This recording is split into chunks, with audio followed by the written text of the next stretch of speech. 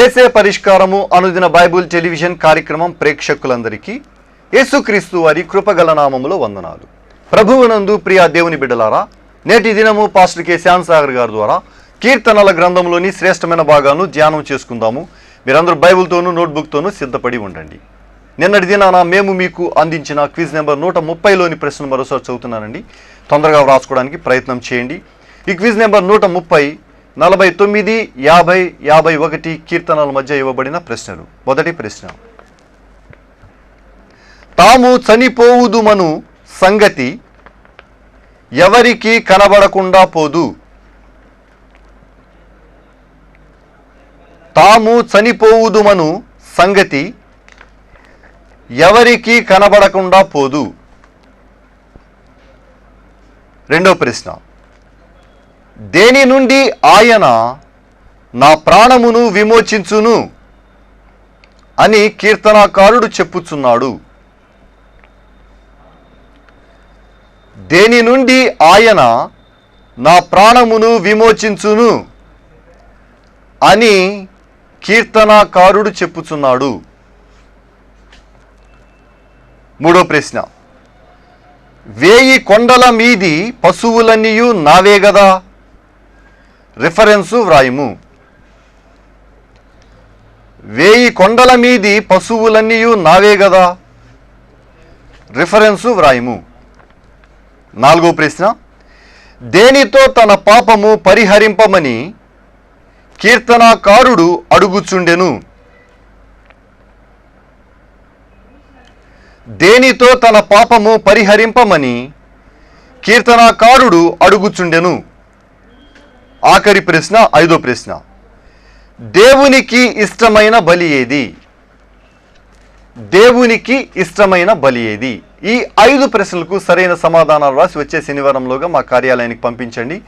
మీ పేరు, అడ్రస్సు రాయటం మర్చిపోకండి. మీరందరూ సిద్ధపడి ఉంటే పాస్టర్ కె శ్యామ్ సాగర్ గారు ప్రార్థన చేసి ఈ దినపు వాక్య పరిచర్య చేస్తారు. ప్రియమైన దేవుని బిడ్డలారా, ఈ రాత్రి కాలపు వాక్య ధ్యానమునకు ఆర్థిక సహకారం అందిస్తున్న వారు శ్రీ ఇందుపల్లి ప్రకాష్ కుమార్ గారు, డిఆర్ఓ మెదక్ డిస్ట్రిక్ట్, శ్రీమతి సుదర్శిని గారు, జెస్సీ సౌమ్య, యానీ ప్రీతి, క్రిస్టియానా కీర్తన. జెస్సీ సౌమ్యకు ఇంజనీరింగ్లో ఫ్రీ సీట్ వచ్చిన సందర్భంగా మరియు కుటుంబంలో దేవుడు చేసిన మేలులను బట్టి ఈ యొక్క ఎపిసోడ్కు సహకారం అందిస్తున్నారు. ఈ కుటుంబాన్ని దేవుడు దీవించాలని ప్రార్థించమని మనవి చేస్తున్నాను. ప్రార్థన చేసుకుందాం. దయచేసి తలలు వంచండి, ప్రార్థనలో ఏకీభవించండి. మమ్మల్ని మిక్కిలిగా ప్రేమిస్తున్న మా ప్రియ పరలోకపు తండ్రి, మీ పరిశుద్ధ ఘననామమునకు స్తోత్రాలు చెల్లిస్తున్నాం. ఈ రాత్రి కాలము మీ పాదముల చెంతకు వచ్చి మిమ్మల్ని స్తుతిస్తున్నాం, ఆరాధిస్తున్నాం. మీ ప్రియమైన బిడ్డలు, మా ప్రేక్షకులను మీరు ఆశీర్వదించమని ప్రార్థన చేస్తున్నాం. ఈ రాత్రి కాలపు వాక్య ధ్యానానికి ఆర్థిక సహకారం ఇచ్చిన ఇందుపల్లి ప్రకాష్ కుమార్ గారిని, సుదర్శిని గారిని దీవించమని విజ్ఞాపన చేస్తున్నా.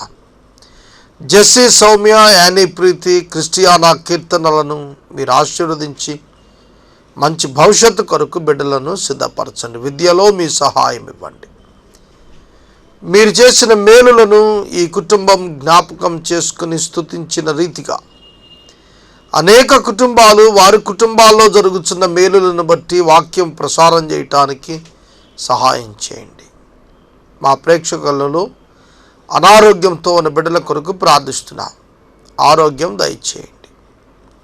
ఆర్థిక ఇబ్బందులు పడుతున్న వారి కొరకు ప్రార్థిస్తున్నాను. ఆర్థిక కృపలను ఇవ్వండి. నిరుద్యోగుల కొరకు ప్రార్థిస్తున్నా. మంచి జీవన వృత్తిని వారికి ఇవ్వండి. కోర్టు తగాదాలతో బాధపడుతున్న వారి కొరకు ప్రార్థిస్తున్నాను.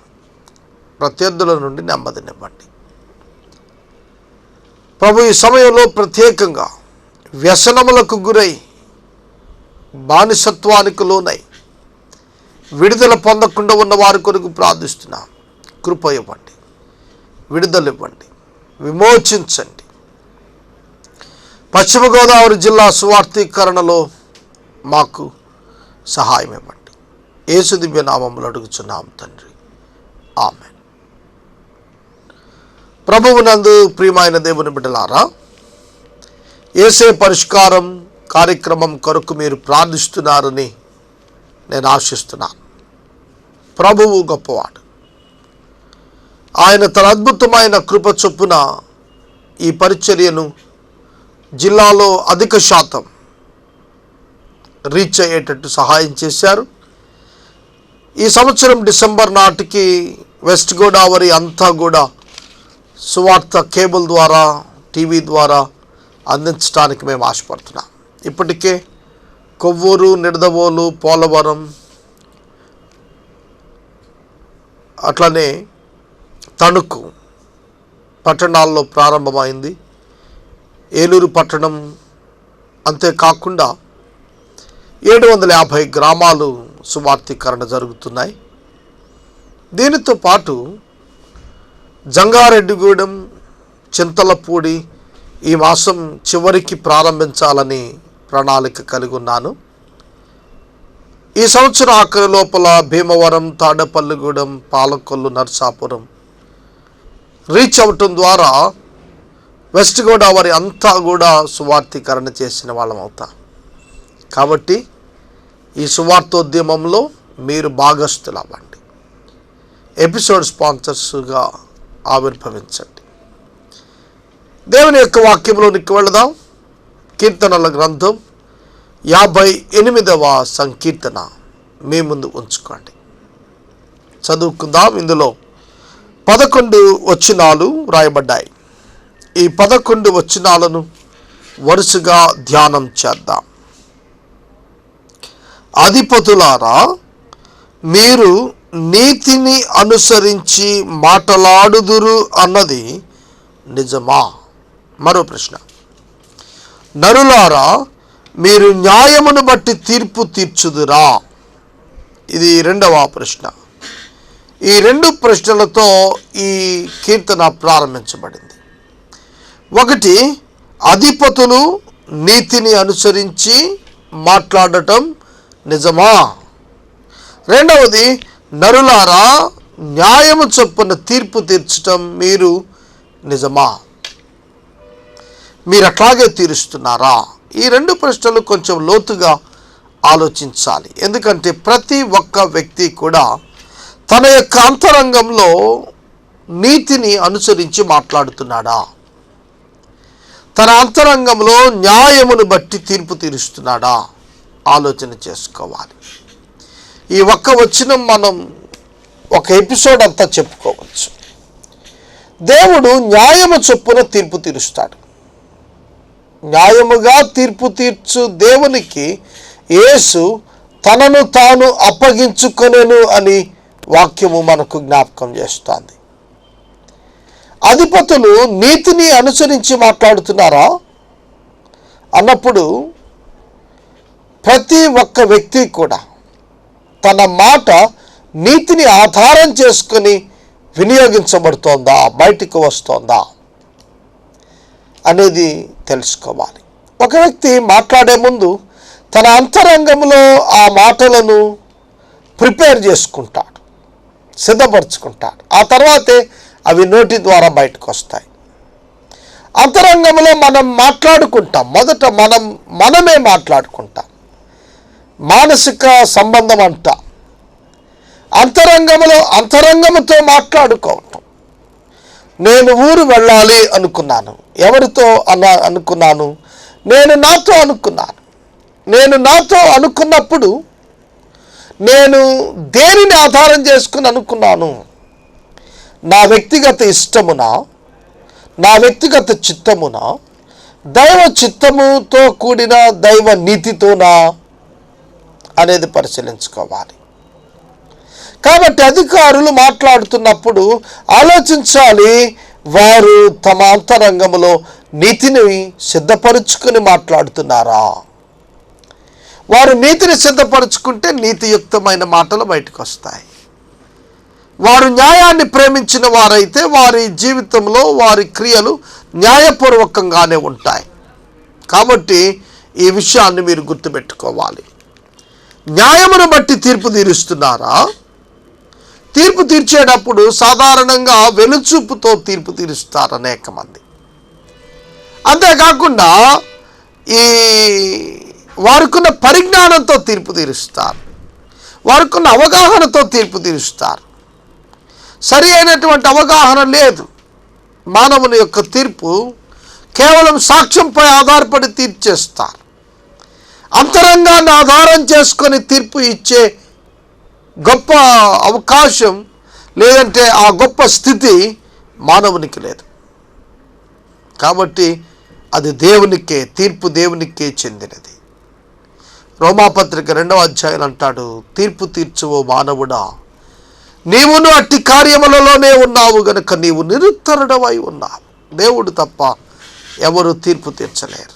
ఆయన న్యాయాన్ని బట్టి, తన యొక్క న్యాయాన్ని బట్టి ఆయన తీర్పు తీరుస్తాడు. జగత్తుకు పునాది వేయబడక మునుపు ఆయన న్యాయవంతుడు. ఆయన న్యాయము, ఆయన ఆ త్రిత్వము మధ్యలో అది నెరవేరినట్లుగా లేఖనం జ్ఞాపకం చేస్తుంది. తండ్రి కుమారునికి, కుమారుడు పరిశుద్ధాత్మునికి, పరిశుద్ధాత్ముడు తండ్రి కుమారులకు న్యాయపరమైనటువంటిది వారిగా వ్యవహరించగలిగిన వారు. కాబట్టి న్యాయం చొప్పున తీర్పు తీరుస్తున్నారా నరులారా? మీరు ఒకసారి పరిశీలన చేసుకోండి. చాలా పర్యాయాలు మనం అనవసరపు మాటలు బయటకు విడిచిపెడుతుంటాం.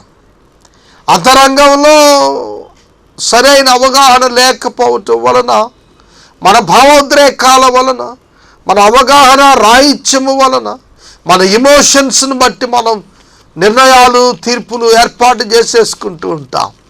అది కాదు, అట్లా చేయకూడదు.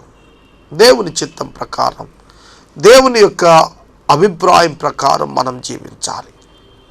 2వ వచనం, లేదే మీరు హృదయపూర్వకముగా చెడుతనము జరిగించుచున్నారు, దేశమందు మీ చేతి బలాత్కారము తూచి చెల్లించుచున్నారు. చెడుతనము అంతరంగములో జరుగుతోంది, బాహ్యముగా బలాత్కారము తూచి చెల్లించుచున్నారు. అంతరంగములో పాపము నిండిపోవటం వలన బయటకు బలాత్కారం కనబడుతోంది.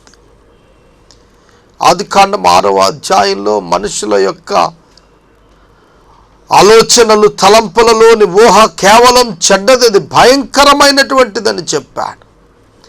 అటువంటి బలాత్కారం చేత లోకం నిండిపోయింది. అదే చెప్తున్నాడు. నీతియుక్తంగా, న్యాయపరంగా మాటలాడక, ఆలోచించక, తీర్పు తీర్చక ఉండువారు ఇటు విధంగా ఉంటారు. ఏ విధంగా బలాత్కారమును తూచి చెల్లించువారుగా ఉంటారు. కాబట్టి నీతిమంతుని యొక్క జీవితం ఎట్లా ఉండాలి? హృదయపూర్వకముగా చెడుతనమును విసర్జించిన వాడే ఉండాలి నీతిమంతుడు. యోబుని గురించి అదే సాక్ష్యం ఇచ్చాడు. యోబు నీతిమంతుడు, నిందారహితుడు. ఆ దేశమందంతటిలో అతను వంటి వాడు ఎవడూ లేడు, ఒకే ఒక్కడు ఆయన. యోబు తన యొక్క జీవితంలో నీతి న్యాయాలను గురించి తలంచినవాడు. యోబు గ్రంథాన్ని మీరు చూడండి, తనకు కలిగినటువంటి ఏ శ్రమానుభవాన్ని తీసివేయమని ప్రార్థించలేదు. కానీ ఆ దేవుడు ఎవరో తెలుసుకునటానికి, ఆయన శక్తి ఏమిటో అర్థం చేసుకోవటానికి, తన పరిధిలో దేవుని యొక్క అవగాహన ఏమో తాను వ్యక్తపరుస్తూ వచ్చాడు. తల్లి కడుపున పుట్టినది మొదలుకొని భక్తిహీనులు విపరీత బుద్ధి కలిగి ఉందురు, పుట్టిన తోడనే అబద్ధములాడుచు తప్పిపోవుదురు. వారి విషము నాగుపాము విషము వంటిది, మాంత్రికులు ఎంత నేర్పుగా మంత్రించినను వారి స్వరము తనకు వినబడనట్లు చెవి మూసుకొనున్నట్టు చెవిటి పాము వలె ఉన్నారు. ఇక్కడ భక్తిహీనులను గురించి రాస్తున్నాడు 3-4 వచనాలలో. భక్తిహీనులట తల్లి కడుపున పుట్టినది మొదలుకొని విపరీత బుద్ధి కలిగి ఉంటారు. విపరీత బుద్ధి. ఒక సామెత ఉంది కదా, వినాశకాలే విపరీత బుద్ధి. వినాశనం కొరకే ఈ విపరీత బుద్ధిని వారు ప్రదర్శిస్తుంటారు. సోదరుడా, సోదరి, దేవుని యొక్క వాక్యాన్ని గుర్తించండి. భక్తిహీనులు చాలా బాల్యము నుండే, అంటే వాడి విపరీత బుద్ధి వాడి భక్తిహీనతను చూపిస్తే వాడి భక్తిహీనత విపరీత బుద్ధిని సూచిస్తుంది. Vice versa. ఈ రెండు కలిసి ఉంటాయి. భక్తిహీనతలో ఉన్న వారి బుద్ధి విపరీతంగా ఉంటుంది. కొందరు భక్తిహీనులు ఆస్తి తగాదాలలో, అలాగే ఉద్యోగ ధర్మపు తగాదాలలో వారి ప్రవర్తన, వారి అభిప్రాయం, వారి యొక్క చిత్తము బయలుపరచబడి తెలుసుకున్నప్పుడు చాలా విచిత్రంగా ఉంటుంది. ఇంత ఘోరమైన ప్రవృత్తి కలిగి ఉన్నారేమిటి అని. కొంతమంది చిన్న పిల్లలు సైతం వారిలో ఉన్న భక్తిహీనతను, మూర్ఖత్వము చేతను, విపరీత బుద్ధి చేతను బయటపెట్టడం ఈ దినాల్లో మనం చాలా ఎక్కువగా చూస్తున్నాం. భక్తిహీనులు పెరిగిపోతున్నారు. భక్తి ఈ దినాల్లో చాలా తక్కువ మంది అభ్యాసం చేస్తున్నారు. సోదరుడా, సోదరి, విపరీత బుద్ధి నీలో ఉందా? ఒకసారి చెక్ చేసుకో. వరకట్నం అనే నానుడి అనేటువంటి దురాచారం విపరీత బుద్ధి కాదా? లంచం ఇవ్వకపోతే ఫైల్ కదపనంటం విపరీత బుద్ధి కాదా? భార్య యొక్క మంగళసూత్రాలు తీసుకుని వెళ్ళి త్రాగేయటం విపరీత బుద్ధి కాదా?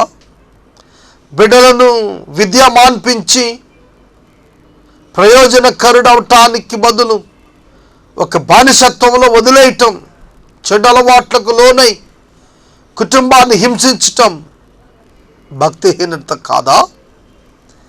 ఆలోచించమని నేను మనవి చేస్తున్నాను.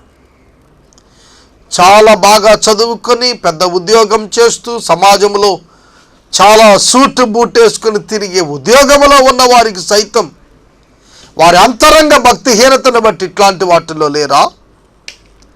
అధికారుల స్థాయిలో ఉండి బలమైనటువంటి ఆర్జన ఉండి భార్యలను, బిడ్డలను కేవలం డబ్బు కొరకు పుట్టింటికి పంపిన వ్యక్తులు కనబడటం లేదా సొసైటీలో?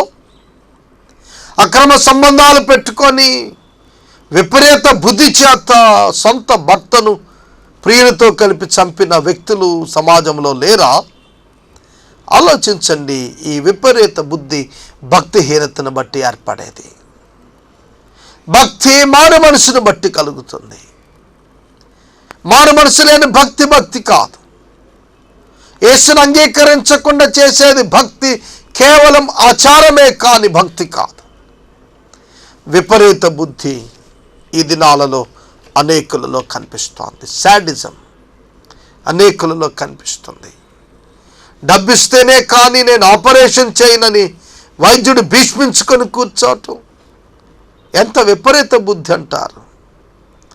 ఒక్కొక్క సమాజంలో ఒక్కొక్క కోవకు చెందిన వ్యక్తులను తీసుకుంటే ఎట్లాంటి పరిస్థితి. సమాజ సేవ పేరిట దేశంలో పేదలను దోచుకుంటున్నటువంటి వారు విపరీత బుద్ధి కాదా? పేపర్లలో మనం చూస్తున్నప్పుడు కోట్ల రూపాయలు పేదల పేరిట వచ్చింది, తినేయాలనుకునే పెద్ద మనుషులది విపరీత బుద్ధి కాదా? ఎందుకు వివరంగా ఇట్లా మాట్లాడుతున్నానంటే వాక్యం జ్ఞాపకం చేస్తుంది. వారు పుట్టిన తోడనే వారి బాల్యము నుండే ఇది అభ్యాసం చేసిన వారు. ఈ జాడ్యం వదిలిపోవాలి అంటే మారు మనసు తప్ప మరొక అవకాశం లేదు.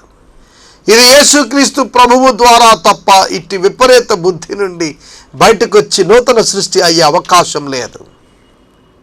గొప్ప అవకాశం క్రీస్తునందు మీ కొరకు తెరవబడి ఉంది. ఇక్కడ అంటున్నాడు, మాంత్రికులు, విషముతో నిండిన నాగుపాము, చెవిటి పాము. కొన్ని మాటలు ఇక్కడ చూస్తే ఈ చెవిటి పాము, మాంత్రికుడు ఇవన్నీ ఉన్నాయా అనిపిస్తుంది.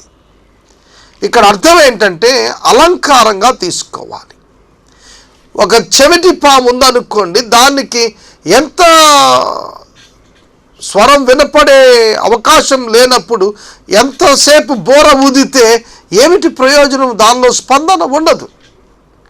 చెవిటి పాము వలె ఉండే స్థితి. ఎన్నిసార్లు చెప్పినా వినని స్థితిని గురించి జ్ఞాపకం చేస్తోంది తప్ప ఇక్కడ మంత్రము ముఖ్యం కాదు, పాము చెవిటి పాము అని చెప్పిన మాటలు లిటరల్గా కాదు. అలంకారంగా తీసుకుంటే ఎన్నిసార్లు చెప్పినా, ఎంత ప్రయత్నం చేసినా, ఎన్నిసార్లు చెవిలో జోరేగలా మోగినా చెవిటి పాము వలె విననటువంటి స్థితిలో నిర్ణయం తీసుకున్నటువంటి వ్యక్తులు, భక్తిహీనతలో ఉన్నటువంటి వ్యక్తులను గూర్చి మాట్లాడుతున్నాడు. మంచిని గూర్చి బోధన వారికి ఇష్టం ఉండదు, క్రమమైన జీవితమును గూర్చి ఇష్టం ఉండదు, క్రమశిక్షణ ఇష్టం ఉండదు. అడ్డదిడ్డంగా పైకి రావాలి, షార్ట్ స్పాన్లో, షార్ట్ కట్లో, తక్కువ సమయంలో, దొడ్డిదారిలో సింహాసనాలు అధిరోహించాలనేటువంటి కుటిల యత్నాలు చేసేటువంటి వారిని బుద్ధిహీనులు అని వాక్యం జ్ఞాపకం చేస్తోంది. సోదరుడా, సోదరి, ఆ దినాలలో దావీదు వర్ణిస్తున్నటువంటి వర్ణన ప్రజలకును అధికారులకును కూడా ఒక చెంపపెట్టు లాంటిది. ఈ రాత్రి వాక్యం వింటున్న నీ జీవితంలో కూడా నీకును ఇది ఒక హెచ్చరిక. చెమిటి పాము వలె, అంటే వినపడలేనటువంటి పాము, వినలేనటువంటి దానిని ఎంత చెప్పినా వినలేని దానికి నువ్వు సమానంగా ఉంటున్నావా? నిన్ను నీవు పరిశీలన చేసుకో. దేవా, వారి నోటి పండ్లను విరగగొట్టుము. ఇక్కడ భక్తుడు భక్తిహీనులకు కలిగేటువంటి శ్రమానుభవాలను సూచిస్తున్నాడు, తీర్పు అనుభవాలను సూచిస్తున్నాడు. యెహోవా కొదమ సింహములను కోరలను ఓడగొట్టుము, పారు నీళ్ల వలె వారు గతించిపోవుదురు, పారు నీళ్ల వలె వారు గతించిపోవుదురు. చూడండి, వేగంగా ప్రవహిస్తున్నప్పుడు తమ్మిలేరు పక్కన చాలాసార్లు నిలబడ్డాను నేను. దూరంగా చూస్తుంటే ఆ నీరు కొట్టుకొస్తూ ఉంటుంది. మన కంటి చూపు పరిధి దాటిపోయిన తర్వాత అదేమైపోతుందో తెలియదు, వెళ్ళిపోతూ ఉంటుంది. ఆ దానిని వర్ణిస్తున్నాడు. వేగముగా పారే నీళ్లు వెళ్ళిపోయినట్లుగా అట్టి భక్తిహీనులుంటారు. కొదమ సింహములు కోరలు ఓడగొట్టుము. పాముతోనూ సింహంతోనూ పోల్చాడు. పాము విష జంతువు, విష సర్పం. ఈ సింహం క్రూర జంతువు. విషంతో, క్రూరత్వంతో నిండిన వారిగా భక్తిహీనులను వివరిస్తున్నాడు. మీ అంతరంగం క్రూరత్వంతో నిండిపోయిందా? మనుషులను చూస్తుంటే ప్రేమించాలి, వారికి సాయం చేయాలి అని అనిపించటం లేదా? ఆలోచించండి. చూడండి, నిన్నటి ఈ దినం పేపర్లో మనం చూస్తే ఆమె మానసిక స్థితి బాగోని ఆమె రిలయన్స్ టవర్ ఎక్కి 4వసారి ఇప్పటికి నిలబడటం అని చూశాం. ఈ ప్రత్యేకమైనటువంటి వ్యాసాన్ని గనక గమనిస్తే 3 శాఖల అధికారులు అలాగే నిలబడి చూచారు అని రాశారు. ఎందుకని వాళ్ళు ఆ విధంగా నిలబడి చూస్తూ వచ్చారు? వారి బాధ్యత. వారు ఉద్యోగంలో ఉన్నందుకు వారి బాధ్యత కాదు. తోటి మానవులుగా ప్రభుత్వం వారికి ఇచ్చినటువంటి బాధ్యత అది. కనుక ప్రియమైన దేవుని బిడ్డలారా, ప్రతి ఒక్కరి బాధ్యత ప్రమాదంలో ఉన్న వారిని కాపాడటం, ఆపదలో ఉన్న వారిని ఆదుకోవటం, కష్టంలో ఉన్న వారికి బాసటగా నిలవటం, ఇవన్నీ కూడా పద్ధతితో కూడిన విషయాలు. వాటికి భిన్నంగా సింహం వలె క్రూరత్వం, పాము వలె విషం జిమ్మే తత్వం, అది ఎంతవరకు చాలా విచారకరం అండి. ఒక్కసారి అట్లాంటి పరిస్థితి మీలో ఉందేమో పరిశీలించుకోండి. మీరు స్పందిస్తున్నారా? ప్రజల నిమిత్తం మీ స్పందన ఏమిటి? ప్రభు వారిని ప్రేమిస్తున్నాడు, మీరు ప్రేమించగలుగుతున్నారా? అతడు తన బాణములను సంధింపగా అవి తునాతునకలైపోవును. భక్తిహీనుని యొక్క బాణాలు పనిచేయవు, తునాతునకలైపోతాయి. వారు కరిగిపోయిన నత్త వలె ఉందురు, సూర్యుని చూడని గర్భస్రావము వలె ఉందురు. మీ కుండలకు ముళ్ళ కంపల సెగ తగలక మునిపే అది పచ్చిదైనను ఉడికినదైనను ఆయన దానిని ఎగరగొట్టుచూ ఉన్నాడు. ఒక్కొక్క మాట మీరు ఆలోచన చేస్తే సూర్యుని చూడని గర్భస్రావము వలె ఉన్నాడు. వెలుగును చూడలేకపోయినటువంటి గర్భస్థపు శిశువు వలె ఉంటున్నాడు అంటాడు. భక్తిహీనుల యొక్క ఆశ భంగమైపోతోందని ఇక్కడ అర్థమవుతోంది. అది పచ్చిదైనను ఉడికినదైనను దానిని ఆయన ఎగరగొట్టుచున్నాడు. ప్రతిదండన కలుగుగా. ఎవరికి? భక్తిహీనులకు ప్రతిదండన కలుగుగా నీతిమంతులు చూచి సంతోషించుదురు. భక్తిహీనుల రక్తములో వారు తమ పాదములను కడుగుకొందరు. భక్తిహీనుల రక్తంలో తమ పాదములను కడుగుకొందరు. దేవుని బిడ్డలు భక్తిహీనులు యుద్ధం కొరకు నిలబడినప్పుడు దేవుని బిడ్డల పట్ల భక్తిహీనుల యొక్క హృదయం ఎట్లా ఉందో వర్ణించగా, దేవుడు జోక్యం చేసుకున్నప్పుడు విశ్వాసులు సంతోషిస్తారు, నీతిమంతులు సంతోషిస్తారు. భక్తిహీనులు కూలిపోతారు, వారు ప్రాణం పోగొట్టుకుంటారు. నీతిమంతులు తమ ప్రాణాన్ని సంపాదించుకునే స్థితిలో ఉంటారు అనేది ఇక్కడ వర్ణిస్తున్నాడు. కావున నిశ్చయముగా నీతిమంతులకు ఫలము కలుగుననియు, ఈ మాట అండర్లైన్ చేసుకోండి దయచేసి 11వ వచనంలో, కావున నిశ్చయముగా నీతిమంతులకు ఫలము కలుగుననియు, నిశ్చయముగా న్యాయము తీర్చు దేవుడు లోకములో ఉన్నాడనియు మనుషులు ఒప్పుకొందరు. లోకంలో దినాలు గడిచే కొద్దీ భక్తిహీనులకు జరిగిన పరిస్థితులు తెలుస్తాయి, నీతిమంతులకు జరిగిన పరిస్థితులు కూడా తెలుస్తాయి. నీతిమంతులకు కలిగిన ఫలము నిశ్చయంగా కనబడుతుంది. పేదరికంలో ఉండి బిడ్డలను కష్టపడి కూలి చేసుకొని చదివించినప్పుడు ఆ బిడ్డలు కూడా పచ్చడి మెతుకులు తిని వీధి లైట్ల కింద చదువుకొని విద్యను అభ్యసించి గొప్పవారిగా అభివృద్ధి చెందిన వారు ఎంతమంది లేరు? నీతితో, అవినీతితో, అక్రమంతో కాదు. అక్రమం చేసి బిడ్డలకు లక్షలు డొనేషన్స్ కట్టి చదవకపోతే డబ్బిచ్చి పాస్ చేయించి ఉద్యోగాల్లో డబ్బిచ్చి ఉద్యోగాలు వేయించితే అట్లాంటి వారు ఏం చేస్తారు? నాణ్యత లేని లోపముతో కూడిన సమాజ నిర్మాణానికే వారి జీవితాలు ఉంటాయి తప్ప నీతిమంతునికి కలుగు ఫలము నిశ్చయంగా తెలుస్తుంది. నీతిమంతునికి చక్కటి ఫలము కలుగుతుంది. న్యాయము తీర్పు దేవుడున్నాడు. న్యాయం తీర్చే దేవుడు ఒకడు భూమిపై ఉన్నాడని మనుషులందరూ తెలుసుకుంటారు. నేను కూడా కొన్ని సందర్భాల్లో తెలుసుకున్నానండి వ్యక్తిగతంగా. న్యాయం తీర్చే దేవుడు ఉన్నాడు. ఆయన ఎట్లా తీరుస్తాడంటే ఆయన కాలంలో ఆయన తీరుస్తాడు. మనకు ఆశ్చర్యం, మనమంతా ముగిసిపోయింది అయిపోయింది అనుకుంటామే, అక్కడ ప్రారంభమవుతుంది అసలు కథ. నీవెక్కడైతే ముగింపు అనుకుంటావో అక్కడ దేవుడు ప్రారంభిస్తాడు. నీవేదైతే అయిపోయింది అనుకుంటావో అక్కడ దేవుడు పనిచేస్తూనే ఉంటాడు. ఏమి అనగా ఆయన న్యాయము గొప్పది. ఆయన యొక్క గుణలక్షణాలు ధ్యానిస్తున్న కొద్దీ ఆశ్చర్యం అనిపిస్తుంది. లోకానికి ఎంత భిన్నమైనది ఆయన యొక్క పద్ధతి. లోకం ఆయన న్యాయాన్ని గుర్తించలేదండి. ప్రియమైన దేవుని బిడ్డలారా, సమయం పూర్తయింది. వాక్య ధ్యానం ఇక్కడ నేను నిలుపుదల చేస్తున్నాను. ఈ రాత్రి కాలపు వాక్య ధ్యానానికి ఆర్థిక సహకారం అందించిన డిఆర్ఓ గారు ఇందుపల్లి ప్రకాష్ కుమార్ గారికి, శ్రీమతి ఇందుపల్లి సుదర్శిని గారికి, జెస్సీ, సౌమ్య, యానీ ప్రీతి, క్రిస్టియానా కీర్తనలను దేవుడు దీవించాలని ప్రార్థించుమని నేను మనవి చేస్తున్నాను. మనము ఇంతవరకు పాస్టర్ కె శ్యామ్ సాగర్ గారి ద్వారా కీర్తనల గ్రంథములోని శ్రేష్టమైన భాగాలను ధ్యానం చేసుకున్నాము. ఈ కార్యక్రమం ద్వారా మీరు పొందుకొనుచున్న ఆత్మీయ మేలులు మాకు తెలియచేయండి.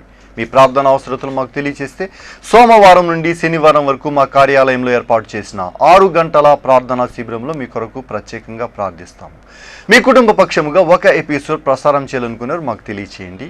అలాగే ఈ కార్యక్రమానికి ప్రతి నెల 100 రూపాయలు కానీ, 50 రూపాయలు కానీ, 25 రూపాయలు కానీ ఆర్థిక సహకారం అందించాలనుకునేవారు మాకు తెలియచేస్తే మా సిబ్బంది మీ గృహాలను దర్శిస్తారు. క్విజ్ నెంబర్ 130లోని ప్రశ్న మరోసారి చదువుతున్నానండి, తొందరగా వ్రాసుకోవడానికి ప్రయత్నం చేయండి. ఈ క్విజ్ నెంబర్ 130, 49, 50, 51 కీర్తనల మధ్య ఇవ్వబడిన ప్రశ్నలు. మొదటి ప్రశ్న, తాము చనిపోవుదుమను సంగతి ఎవరికి కనబడకుండా పోదు? తాము చనిపోవుదుమను సంగతి ఎవరికి కనబడకుండా పోదు. రెండో ప్రశ్న, దేని నుండి ఆయన నా ప్రాణమును విమోచించును అని కీర్తనాకారుడు చెప్పుచున్నాడు. దేని నుండి ఆయన నా ప్రాణమును విమోచించును అని కీర్తనాకారుడు చెప్పుచున్నాడు. మూడో ప్రశ్న, 1000 కొండల మీది పశువులన్నీయు నావే కదా రిఫరెన్సు వ్రాయము. 1000 కొండల మీది పశువులన్నీయు నావే కదా, రిఫరెన్సు వ్రాయము. 4వ ప్రశ్న, దేనితో తన పాపము పరిహరింపమని కీర్తనాకారుడు అడుగుచుండెను? దేనితో తన పాపము పరిహరింపమని కీర్తనాకారుడు అడుగుచుండెను. 5వ ప్రశ్న, దేవునికి ఇష్టమైన బలి ఏది? దేవునికి ఇష్టమైన బలి ఏది?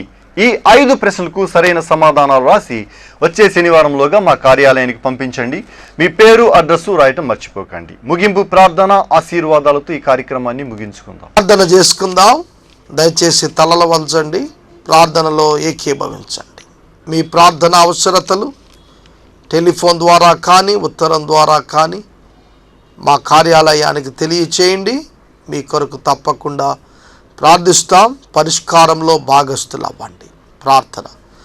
మమ్మల్ని మిక్కిలిగా ప్రేమిస్తున్న మా ప్రియ పరలోకపు తండ్రి, మీకు కృతజ్ఞతలు, స్తుతులు, స్తోత్రాలు. వాక్యము విన్న బిడ్డలను దీవించండి. ఈ రాత్రి కాలం ప్రతి ఒక్క బిడ్డకు మంచి విశ్రాంతినివ్వండి. లేఖనాలలో వ్రాసినటువంటి హెచ్చరికలను మా అనుదిన జీవితములలో పరీక్షించుకొని సత్యమును ఎరిగి మా హృదయ స్థితిని బట్టి పశ్చాత్తాపపడి మీ సన్నిధిలో సరిచేసుకునుట మా ప్రేక్షకులకు నేర్పించండి.